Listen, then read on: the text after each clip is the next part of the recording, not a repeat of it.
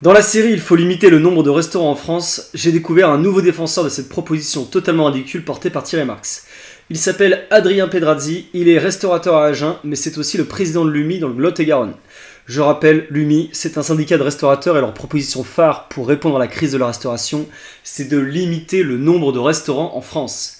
Et vous allez voir que sur cette thématique, Adrien Pedrazzi a un discours qui ne laisse place à aucune ambiguïté. Vous avez à droite Adrien Pedrazzi et à gauche, vous le connaissez déjà, Franck Chomès, président de la branche UMI Restauration. Pour le chef du restaurant Pronto al Gusto à Agen, le ton est grave. Adrien Pedrazzi n'en peut plus. Président de l'UMI 47, il multiplie les alertes. Il faut attendre qu'on ait un suicide dans la profession comme dans l'agriculture pour se rendre compte que nos secteurs va mal, répète-t-il, exaspéré par une spirale qu'il juge incontrôlable. En cause, selon lui, un rythme effréné d'ouverture d'établissements sans réelle plus-value, ni spécialité affirmée. Dernier exemple en date, l'installation d'un buffet asiatique à Bon-Encontre, que Adrien Pedrazzi estime déjà responsable de la future disparition des restaurants environnants.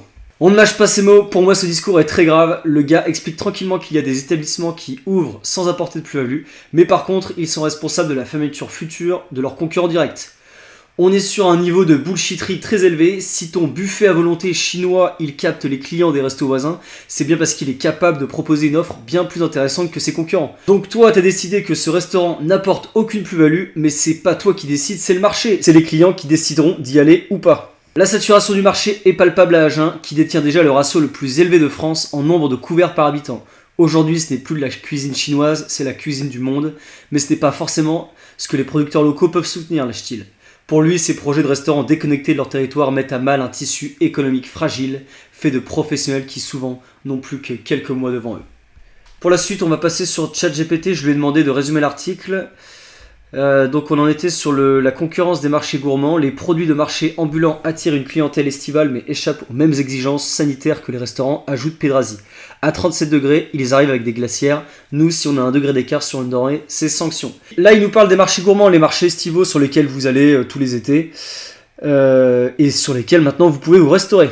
Là-dessus, je pourrais le rejoindre, il y a évidemment trop de normes qui pèsent sur la restauration traditionnelle et c'est pour ça qu'il y a moins de contraintes à aller faire du business dans la restauration nomade, sur un marché ou avec un food truck. Franck Chomès, président national de l'UMI, confirme ce constat. En France, environ 23 restaurants ferment chaque jour.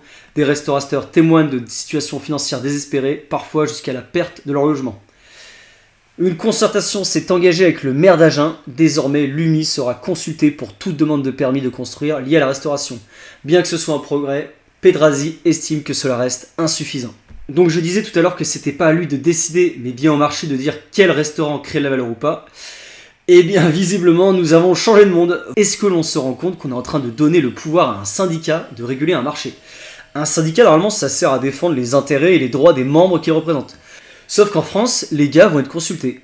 C'est très grave. Est-ce qu'on se rend compte du niveau de corruption vers lequel on se dirige? Si vous êtes copain avec Adrien Pedrazzi, c'est plutôt une bonne nouvelle pour vous. Vous allez pouvoir ouvrir votre restaurant qui crée de la valeur, mais par contre qui n'attire personne. Mais en revanche, si vous avez envie d'ouvrir un restaurant asiatique ou qui fait de la cuisine du monde, oubliez Agen, ce n'est pas là que vous pourrez faire du business. Si ce que je viens de vous lire vous inquiète, alors soutenez cette chaîne.